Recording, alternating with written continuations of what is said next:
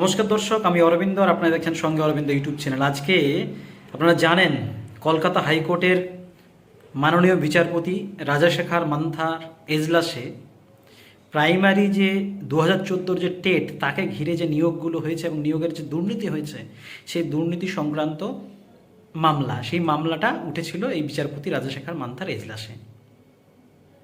এই এজলাসে উঠাকালীন আমরা কি দেখলাম, শুনানি আজকে অনেকটাই এগিয়ে যেত। দেখলাম নতুন করে কিছু ছাত্রছাত্রী প্রায় 1000 থেকে 2000-এর মতো, তারা 5টা গ্রুপের মতো আলাদা আলাদাভাবে সেখানে হলফনামা জমা দিলেন।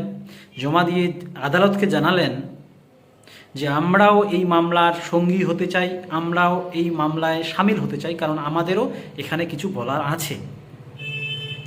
বিচারপতি, মাননীয় বিচারপতি রাজাশেখর মান্থা প্রাইমারি যে প্রাথমিক যে শিক্ষা পর্ষদ আসতে বলেছেন, প্রাথমিক শিক্ষা পর্ষদকেও, প্রাথমিক শিক্ষা পর্ষদ এসেছিলেন আজকে এই মামলা শুনানি চলাকালীন। প্রাথমিক শিক্ষা পর্ষদকে বিচারপতি রাজাশেখর মান্থা সরাসরি জিজ্ঞাসা করেন যে এই যে প্রাইমারি যে 2014 যে টেট এবং তাকে ঘিরে যে নিয়োগ, সেই নিয়োগ সংক্রান্ত যে সমস্ত দুর্নীতির অভিযোগ, যে সমস্ত তথ্য সিবিআই দিয়েছে, তার বিরুদ্ধে প্রাইমারি শিক্ষা পর্ষদ কি কোনো তথ্য বা কোনো প্রমাণ, সঠিক প্রমাণ এনেছেন?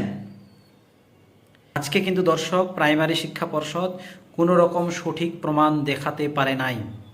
তাই বিচারপতি রাজাশেখর মান্থা এই মামলার শুনানিটাকে পিছিয়ে দিয়েছেন প্রায় 2 মাস পরে।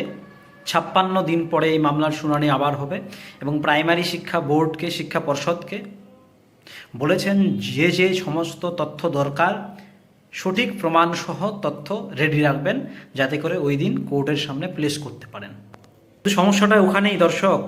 আপনারা জানেন এই মামলায় এসএসসির মতোই এখানেও দালালি চক্র হয়েছে, চাকরি বিক্রি করা হয়েছে।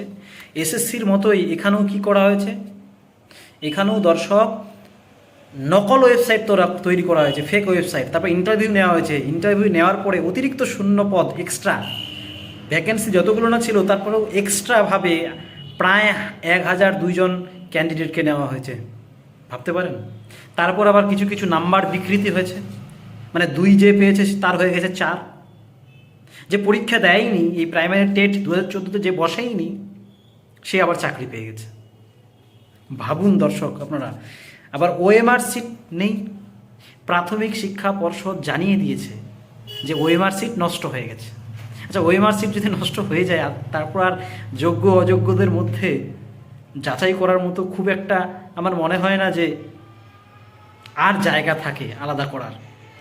এই 2014 সালের যে টেট, প্রাইমারি টেট, এই টেটের উপর ভিত্তি করেই তো 2016, 2020, 2022 এবং 2024 পর্যন্ত নিয়োগ হয়েছে। ভাবতে পারেন 4 বছর নিয়োগ হয়েছে পরপর।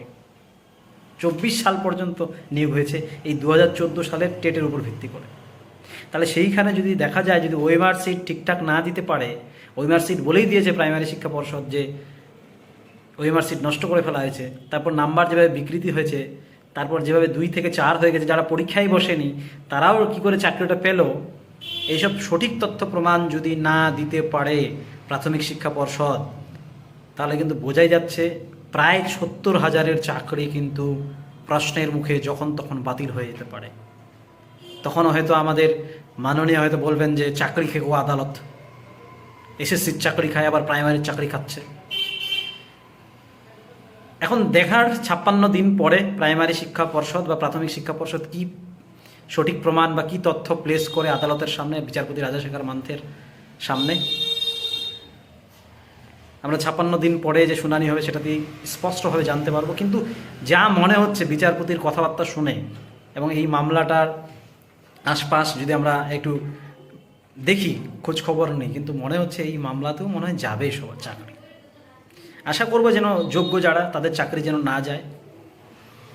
কিন্তু বিচারপতিদের হাতেও কিছু থাকবে না, কারণ সরকার যদি নাই চায় যে, কারণ মুড়ি মুড়কি, কাকড় আর বালি একসাথে করে দিয়েছেন, দুধ আর জল একসাথে মিশিয়ে দিচ্ছেন, পৃথক করতে পারছেন না, তো কি করে থাকবে? বিচারপতিদের হাতেও কিছু করার থাকবে না।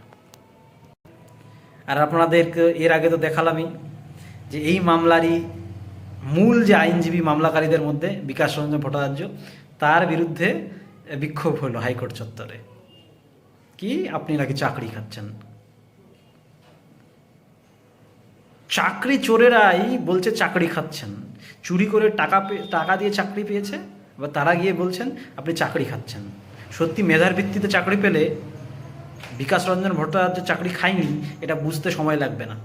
যার মেধার ভিত্তিতে যিনি চাকরি পেয়েছেন তিনি বুঝে যাবেন যে না, সত্যি বিকাশ রঞ্জন ভট্টাচার্যের জন্য আমরা চাকরিটা হারাইছি একমাত্র এই রাজ্য সরকারের দোষে, এসএসসির দোষে, আর যদি প্রাইমারি হারাতে হয় প্রাইমারি বোর্ডের দোষে আর সরকারের দোষে এবং সুপ্রিমোর দোষে। দর্শক, যা জানাবার জানাবেন কমেন্ট বক্সে, যা বলার বলবেন, আর নজর রাখবেন সঙ্গে অরবিন্দ ইউটিউব চ্যানেলে।